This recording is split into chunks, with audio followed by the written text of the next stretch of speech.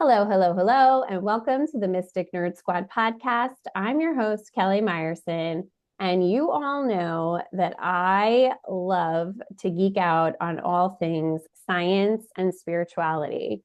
My guest today has the perfect, most beautiful intersection of those two things, and you're going to want to sit down. You're going to want to take some notes, maybe have a fun beverage while you're listening. You can always pause and start again. And my guest, Amy Gillespie Dougherty, is a fantastic resource for understanding your ancestry. Let me tell you a little bit about her. Amy hosts The Eyes Have It Unlocking Your Ancestral Code with Amy. She's a best-selling author and founder of Iragenics Ancestral Eye Reading. She just launched her phone app, My Eye Origin, for you to take your eye photos and get an ancestral eye reading of your own. Amy, thank you so much for being here. Thank you so much for having me, Kelly, because it's not just you who can geek out on science meets the metaphysics meets the spiritual meets the soul. That's absolutely my home playground also. Yes. And I will tell you all that I was fortunate enough to be part of the beta for the app. So I got to be there at like ground zero, learning about it and checking it out and supporting Amy in building the best app possible. It is just so cool.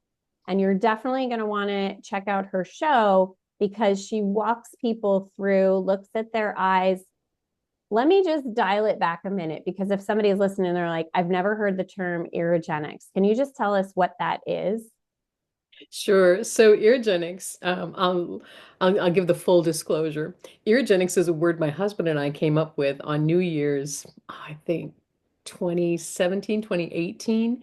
We woke up New Year's morning and we're like, let's make a word for the dictionary, right? Let's make our own word. And I was doing ancestral eye reading already. And so Ira or Ira is the colors, right? The rainbow or the colors of the iris in the eye or the iris flower. And genics is, the study of the genetic interfacing. And so iragenics was really a perfect word for the study of the iris and how the DNA, how the epigenetics demonstrate and show themselves like a blueprint in our eyes. So many people are familiar with iridology and the health aspect of the eyes. And I don't do any of the health aspect. What I do is all epigenetic patterning, gifts, talents, abilities, as well as unresolved traumas of our ancestors, and ancestral images will show up in the eyes. I know this. I know this. And I think what is so cool about it is for anyone listening who's never heard of this, it's such a cool way to get into all of those ancestral pieces that you shared and to figure out. I mean, don't we all want to know, where did I come from? Why do I feel the way I feel? Why am I interested in this? Why is this aversive to me? What was the experience of my ancestors? Maybe it's just me who has all these questions, but I don't think so because it's a very popular skill that you've been developing over the past few years. So, how did you get started in this? What first interested you in looking at the eye? Well, I was actually in Africa doing survival skills training for kids. And when I came back to the States, I wanted to continue working with kids. I had a nonprofit, but I didn't have a college degree. And so, I mean, I really even kind of struck out trying to volunteer places. They were like, oh, no degree. And I was like, really? I just was in Africa for 6 years building award-winning programs. I was like, okay, but I get it. So I went to this class with this gentleman who was teaching about conscious language. People who will say, I never win. I'll never find love. I always lose, right? I never have any money. I'm broke. Those kinds of things where they're kind of self-prophesying into their future. But as part of his class, he introduced us to another aspect that he did called biooptic holography. He was looking at the 7 layers of the eyes of the iris. And I thought, well, that's just too cool, right? I mean, geek out, right? So he was looking at the layers, but he had come from iridology. So he was always looking kind of at health aspects a little bit. but not just health aspects, but like what's wrong with you? And I didn't care for that part of it. But he had some really great abilities and he had a great program. What he was doing was great. But what he did was pretty much matched iridology to Louise Hay. So if you had a mark at 6 o'clock in your eyes, then that might be about partnership forgiveness. It was about kidneys. He would take where the heart was on the iridology map and say that's about love. Where the lungs were on the iridology map, that's about fear. And his readings were great, but he kept saying that eyes changed all the time. He didn't have any pictures of it, which I wasn't questioning him, but I thought, why don't I see some pictures of this? So then I studied with the next guy and the next guy and the next guy. And, they said, the next one said, no, eyes really do not change. There's only a few things in the eyes that do change from our time of birth. And iridology now agrees with that, with new lighting, with new cameras, with new computers to compare. They know that there's only a few things in the eyes that do change during life. But then I said, no, wait a minute. If there's a marking in sibling rivalry with sisters and I'm the oldest child and my eyes don't change, right? I'm geeking out, right? This doesn't make sense. Where's my science? Because then do my eyes change when I get a sister? And if my sister dies, does it change back? But wait a minute, eyes don't change. So, I was like having this dilemma. So I went to the next guy and the next guy. And finally, I got to someone who was working with birth order and with grandparents and great grandparents. And it finally was like the giant light bulb, right? Like Tesla bulb in the sky that said, that's it. It was our ancestors' experience of a female competitive environment. They may have been sisters, they may have been stepsisters, they may have been children in an orphanage, but it's that catty jealousy. How come Kelly always gets this? How come Kelly always gets that? And the thing is, you don't have to have sisters to engage that pattern. You'll find it at work, you'll find it in school, you'll find it in your friends, while putting together some social thing at church. Somebody will bring the pattern up and it'll hit your trigger, and you'll be like, why are we going through this again? That sounds so familiar. I am the oldest child and I do have a sister. And there was definitely moments in childhood where I was, 2 years older. So how come Kelly gets to do this? How come I don't get to do this? Why don't I get to do it at the same time? So that's so interesting. And interesting too that this is a pattern that is more common than not. Yes. And even if you were a boy with all brothers, you would still engage this pattern, right? It's the questioning. It's the one thing the first guy I trained with was absolutely dead on right about is it's the language. You'll find the pattern in the language. So when you say, you never listened to me, it's like your ancestor's voice from 1657 when they were speaking German or speaking Russian or speaking Spanish. It's like their voice is coming through you in 2025 saying, this is still a threat to us. This still causes drama and trauma. Therefore, we're going to continue to imprint this trigger on our DNA going throughout our family line. Mm. Oh my gosh, that makes so much sense. And I think about the conditioning that can often happen in childhood with those familiar patterns. I'm thinking like specifically about money and like those phrases that become part of your lexicon that you just keep repeating and you're like, and then you start to do some self-help stuff and you're like, I don't want to keep repeating that. I don't want that to be the truth. Like you have to work hard for money. Money doesn't grow on trees, like etc. That's where I see like it's a very commonplace pattern to get stuck with us. Absolutely. And the thing is, the unhooking can be really quite simple because people will say, okay, now you've told me all my stuff. Now what's how do I fix it? And really, the number one is to just in that 1 second interject, Mm. tap out, right? So when you're about to go off, right, and you're like, you're there, just stop for 1 second and go, oh, that's so ancestral. Right? And I mean it. Put some humor on it. That is enough right there. You've changed the universe, right? That's so ancestral. Breathe. And then give some compassion to those because with the things that imprint in your eyes are either available for expression, the gifts, or they're available for resolving the traumas, right? And so in that moment, what you want to realize is for you and I, sibling rivalry is kind of an annoyance, right? It's not a big deal. In our ancestors' time, it could be the princesses and one steals the prince, and now she becomes the queen, and she banishes her sister to the tower or has her beheaded. Hello, Anne Boleyn. Mm. I mean, this is where you will find these patterns, if they imprint in your eyes, it means in your ancestors' time, it was a really big deal. So when they had identity issues at Ellis Island, it may have meant they were never going to see their loved ones again because somehow the name got goofed up. In our case, we get a Facebook hack and we go, oh, that's not me. That's that's not me. I've been hacked. And what do? We change our password, Mm. right? We just have to find what we have that our ancestors didn't to interject the pattern. I like this so much because it's such a nice reframe from being in a state of victimhood and powerlessness to being empowered, to being able to say, this is an opportunity to heal, to feel, like you said, to express, versus feeling like this is someplace I'm stuck and I don't get to change this. I have to live with this. And that's why it's so important for me to work with kids whenever possible, because so many times kids think, well, it must be me. I'm the common denominator. Why does nobody ever listen to me? And the thing you want to remember is if it's weird, bizarre, unique, only happens to you over and over again, or happened up to age 8 to 10, it's ancestral. So at that time, we are full on emotion, right?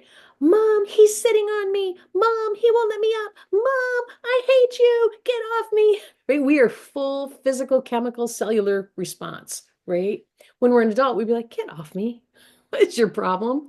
Right? We're in a whole different place. So in childhood and in our early formative years, that's when these things really hit home. The loss of a pet, having to give a pet away so many times is a reflection of an ancestor who had to rehome a child, or maybe they had to put the child on the ship to America by themselves while they were coming later, right? And so it's not that common to have to give a child up in that way in America. And so it reenacts as having to give away a beloved cat or a beloved dog, a member of the family.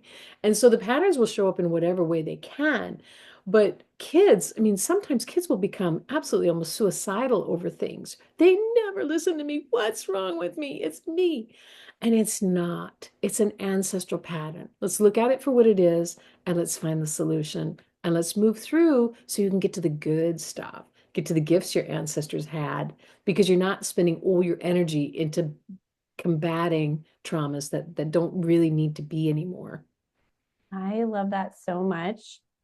And I also love the potential for somebody who went through their childhood with those patterns happening, being able to go back and reframe their childhood as those pieces showing up and heal that trauma for the past. Right.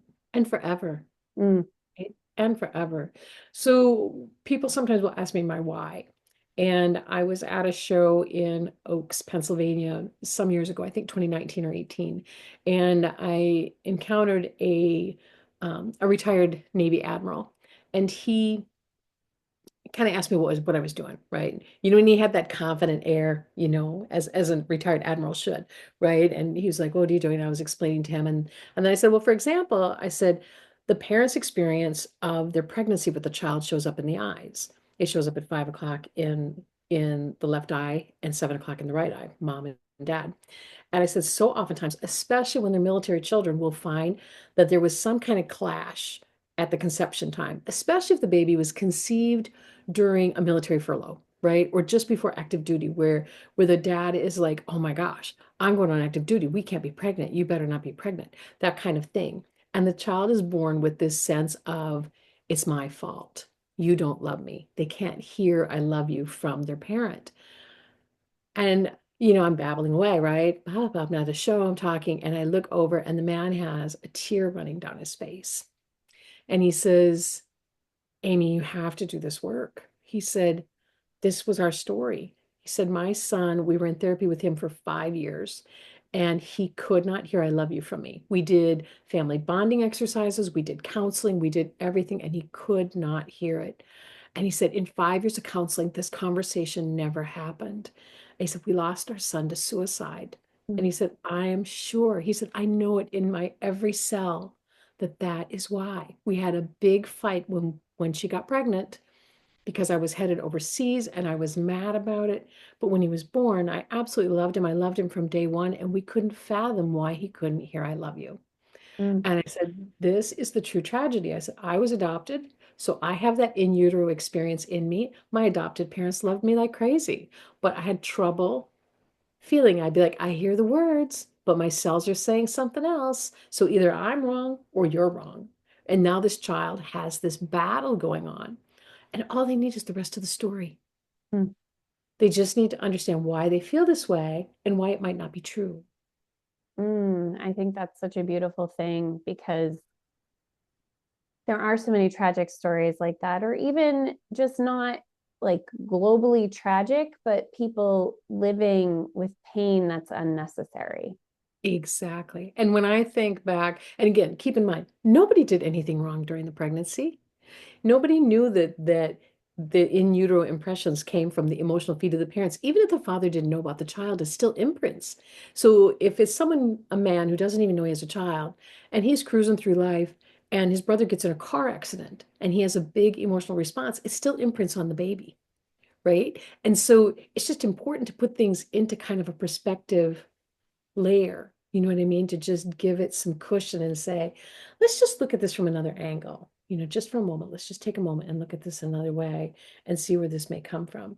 And like you said, there's so many tragic stories out there. And when I think of how my mom and I butted heads all the way growing up, and if I just known that she has the eye structure that you don't talk to before 10 in the morning, we'd have been so much better.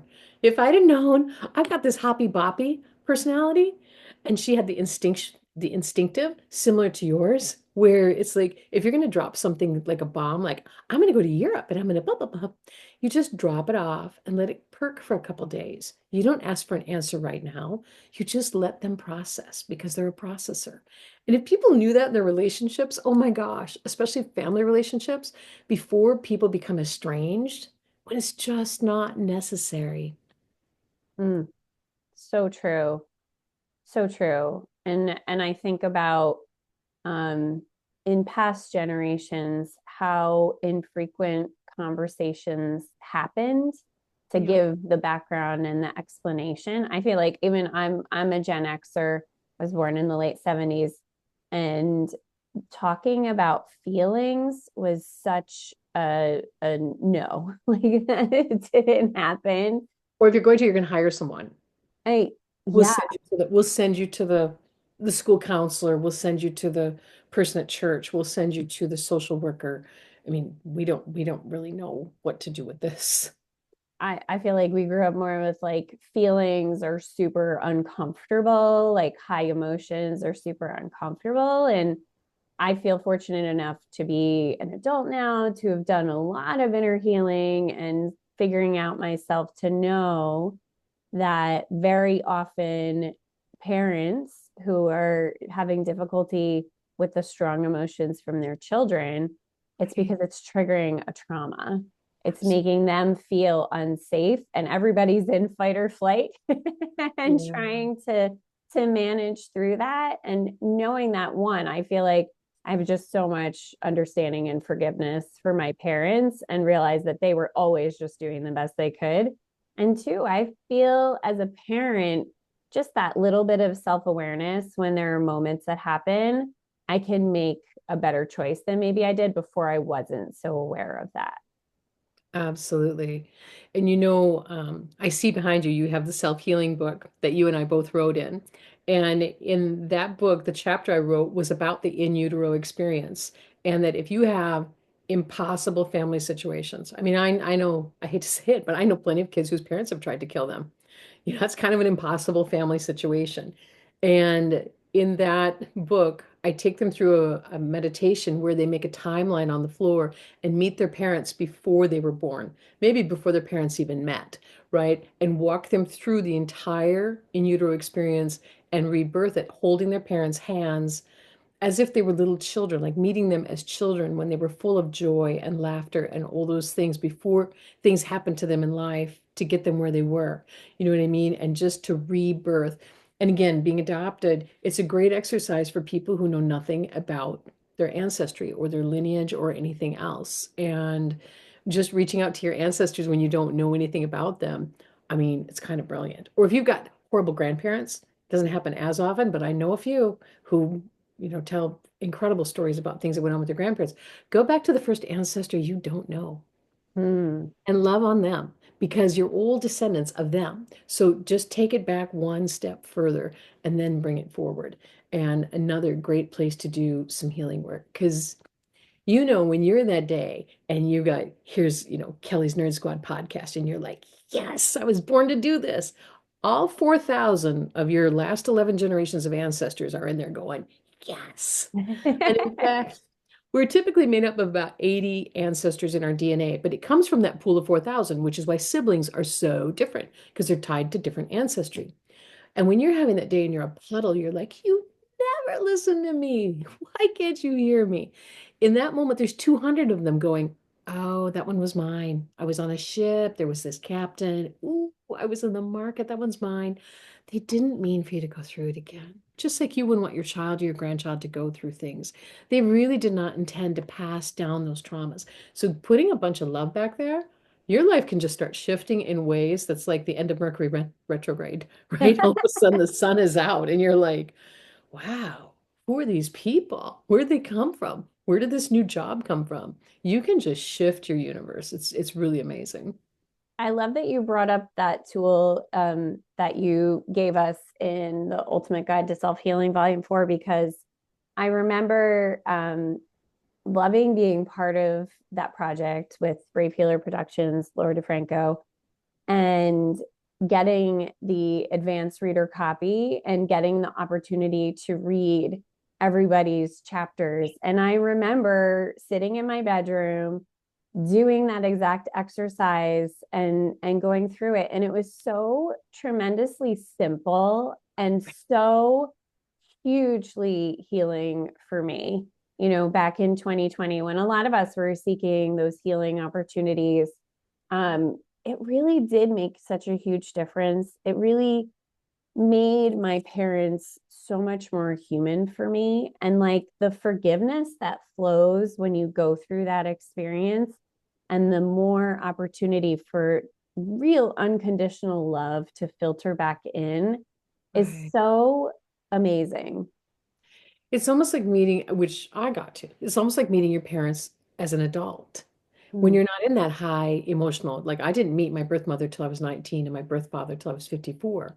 And so I got to meet them as adults when we were side by side, right? And so we didn't go through all those traumatic early years that kids go through.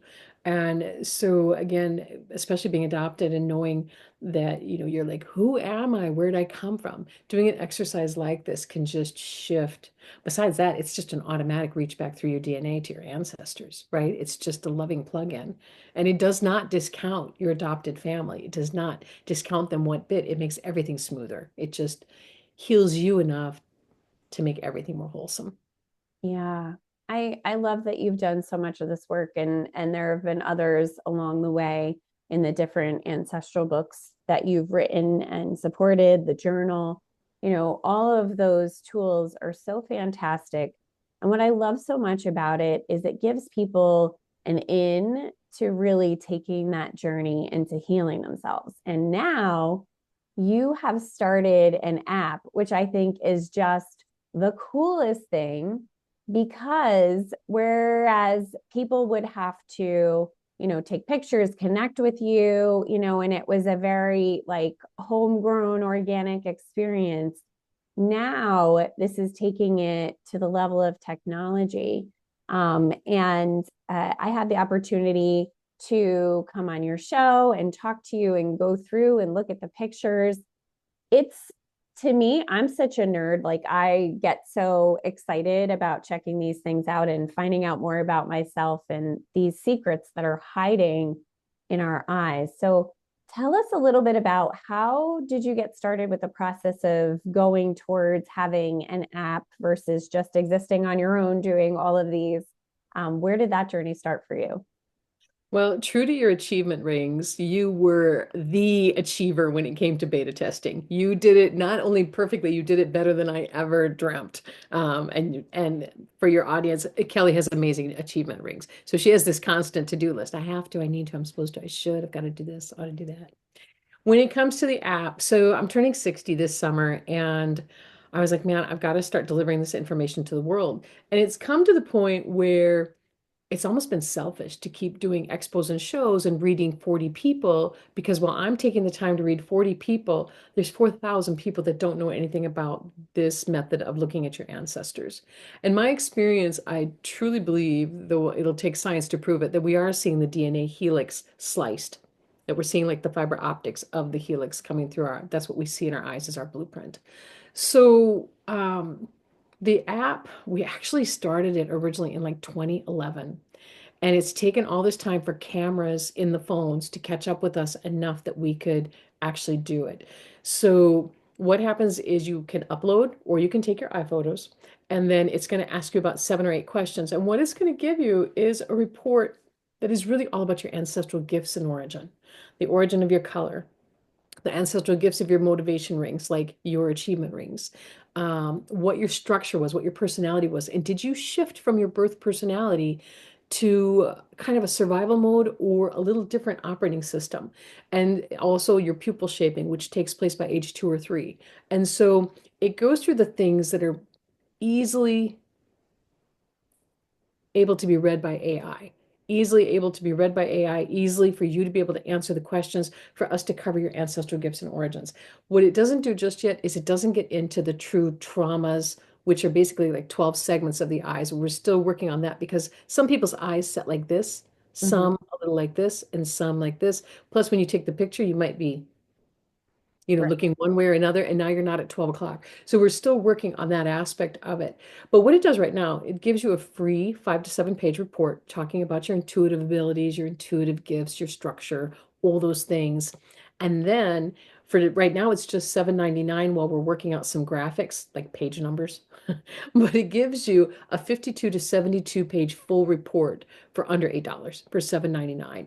And when we finish with the graphics and everything, it'll be just $12.99. It's only going to be $5 more because I want to make sure it's accessible to kids, to teenagers, to adults, because it really does give you a beautiful intro to your eyes, your ancestors, and yourself. Mm. It's so cool. And I love the way that it takes you through, guides you for how to take the pictures of your eyes and what will work best for you. You have to create a little bit of light to kind of really elicit seeing those inner pieces. Yep. Um, and then allows you to look at samples to look for particular features in your eye. I loved it so much because that self-discovery piece has always been something that I've been driven by. And I know there are so many people like that. Like I'm the kid who would look forward to getting the magazine and it would have like a quiz to tell you like who is Yeah. your perfect Yeah. Add up boyfriend, your your best threes, date ever. Like, add up your twos, add up your ones. You're a yellow. Yeah, I was the same yeah, way. What color is your parachute? Right? I totally. mean, yeah. All those things and then on to like Myers-Briggs and StrengthsFinder 2.0. I'm obsessed with human design and I've got a friend that's got me into Bazi, which is Bazi, which is the 4 pillars of destiny, which is Oh, wow. like a Chinese type astrology that looks at your design and pattern. All of Ooh. these things are just so fascinating to me because it really gets you to a point where you can celebrate your individual journey. Exactly. And there's a professor in Oslo, Matt Slarson. He did a comparative between the Myers-Briggs and the eye structures years ago. And I did a study with Boys and Girls Clubs comparing the rings to skills assessment. The achievement rings, over 95% came out with achievement as one of their top 5 vocational skills. And it was consistent on all the motivational rings, right? So, I mean, there is some tech stuff behind that. And the thing is, as I said, Iragenics is the study of how the genetics interface with the iris. And so this is a study that'll go on long beyond my life. And, actually, it was Laura DeFranco who suggested to me, oh, Amy, go out and teach. You could be charging $10,000 and training these people and these people and these people. And I was like, man, it just doesn't feel like my format, right? Like now I got to go to Minneapolis and train 20 people. And what if they aren't doing it right? And where do I have to book a hotel and a conference center? And I was just overwhelmed by it. And I thought, I really want to give this to the people. right? I want to give them the shows, the books, the app. And so now that the app is up, I can start backing down on my show schedule a bit and start making more materials for people to learn from, right? Get that book out there, that kind of thing. And so get it to the world. And then once it's there, like human design, once it's out there to the world, then I can come back and say, okay, now if there are people who want to specialize and really know this, I know I need to do that part too. I just want to make sure that these materials are in people's hands first so they even know there's something to look at. Because some scientist, some other geek like you and I is going to discover so much more than what we've discovered so far. And how cool is that? That is so cool. I'm like, come on, science. I would love for you to take a look at it. Bring it in. Yeah. And like you said, I mean, the technology for the cameras just keeps getting more and more amazing. And it's just the coolest thing that people can do this in the comfort of their own home, sitting on their couch, take those pictures. And that accessibility, I think, is also something I'm tremendously motivated by allowing people wherever they are right now to have access to healing, to understanding their ancestry, and to really just living out their best life possible because they're so tuned into who they really are.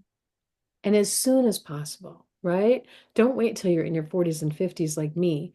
Figure it out so much earlier. And those genetics are strong. I mean, my birth father made the software for fingerprint profiling. When you have your fingerprints run in America, that's his software. Mm. I didn't meet him till I was 54. I was knee deep in my eye reading by the time I met him, right? My birth mother and I worked for the same company at the same age, sat at the same desk at least once, even though it was 3 hours away from where either one of us grew up, right? And so I mean, those genetics are stronger than we think they are. And we're having these experiences and we don't realize, okay, if I've got 4,000 ancestors, they've got how many 100,000, if not million, prodigy, and I'm interacting with someone who's my cousin and I just don't even know it. It gives us such an opportunity to be more compassionate with others, to say, I don't know who I'm related to. I don't know who I'm not related to. And we're all just humans trying to do our best. Yeah. That I think resonates with me so much so because there's so much divisiveness in the world, like such an emphasis on differences and, people longing to belong and to feel like they're part of a group. And when you start to look at this, you see that the connections are so much bigger than the division. Yeah. Absolutely. Absolutely. And it's just such a great opportunity to bring this information to the world. I mean, I feel like, like I said, right now, what the report brings you, and it's, 60 pages, but it brings you your gifts, your talents, your origin. What did your ancestors load you up with as far as the good stuff goes, right? And just to get people started with that base to say, wow, I come from, some people will say, oh, my ancestors, they were all broke. They were all a bunch of drunks, I hear this stuff all the time, and I'm like, you don't know. You have 4,000 ancestors. Even Harry and William couldn't say exactly who their 4,000 are, right? I mean, we don't know. And so when you need something, you're having a struggle with finances or whatever, reach out to those ancestors and say, hey, I'm in a bind. Got some ideas, got some tips, got some blessings to send my way, right? I mean, yeah, we just have this opportunity to really, I mean, that's the Ancestors Within book series is all 101 ways to create interactive experiences with your ancestors, right? I mean, it's 101 chapters of here's how you can connect. One gal went out and gathered dirt from the land of each of her ancestors, brought it all home and planted a family tree. Hmm. She didn't get as far as like Ireland, whatever, but she had cousins from other countries even sending in the dirt, just a little bit of dirt and planting the family tree. I mean, there's so many beautiful things you can do whether you know who your ancestors are or not. They're back there cheering you on all day long. They're inside of you because when you win, they win. Wow, we got published for the first time, right? We got a television show, we got a podcast, and that's why when people take their eye photos, we say your ancestors waited your whole life for this moment because you will see their images in your eyes. Yes. And that, oh my gosh, talk about geeking out, like being able to actually see the shadows and the images that come forward.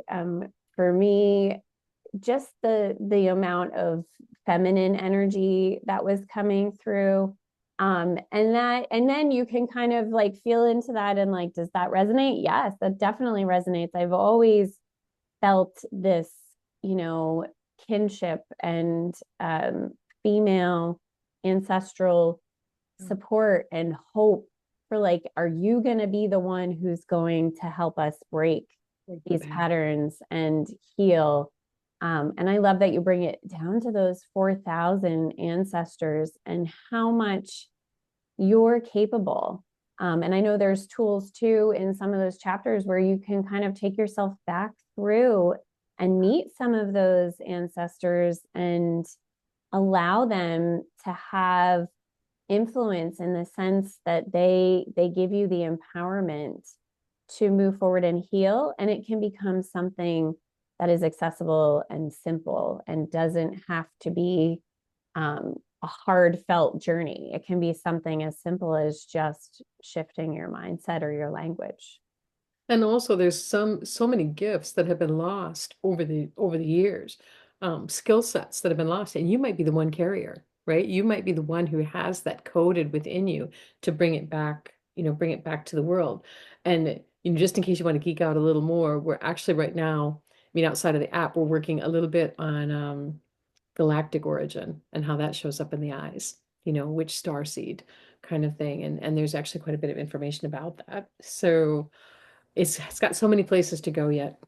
That to me is super fascinating. I'm ready for that one too. I would like to know all the places.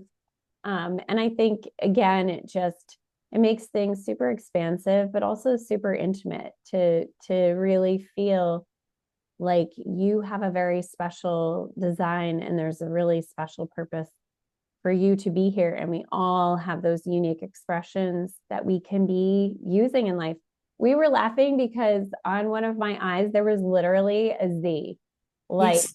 like a Z for sleep. I was like, this is what I was meant to be Right. empowering people about sleep. It's in my eye.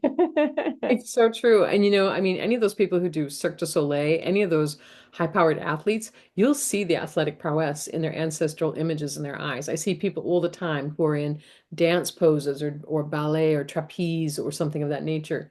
And you'll just ask them, who's the slackliner in the family? And they're like, oh yeah, that's me. Or I did gymnastics for many years, kind of thing. They love to show those gifts and talents, especially the ones that are yours to bring forward in this lifetime. So I mean, you would think me having heterochromia would have been the impetus for me getting into this work, but it really wasn't. But in the end, what's the blueprint?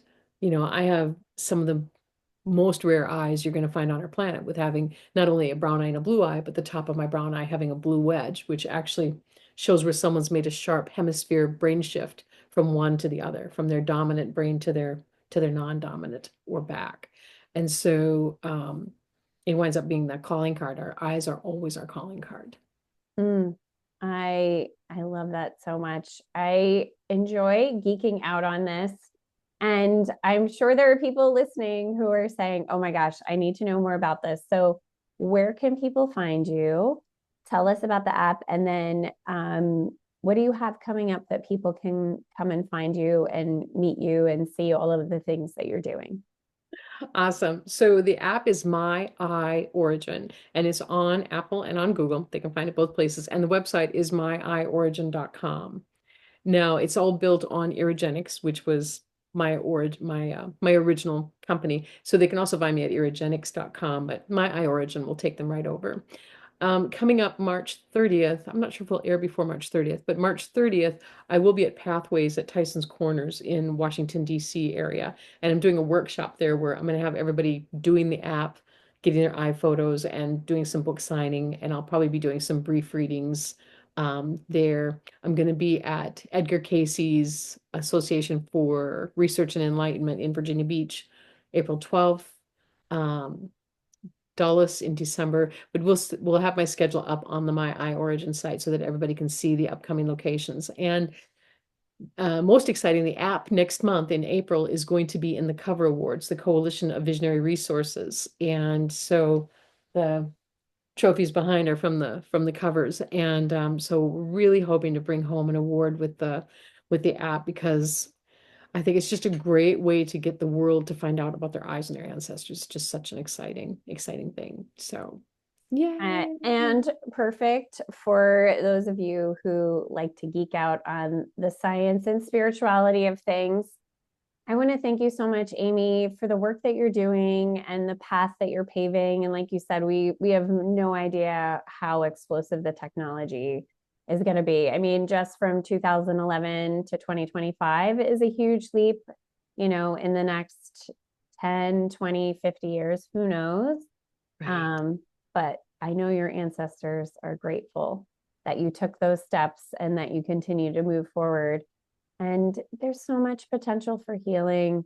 So I'm going to encourage everybody to go check out the app. You will not be disappointed.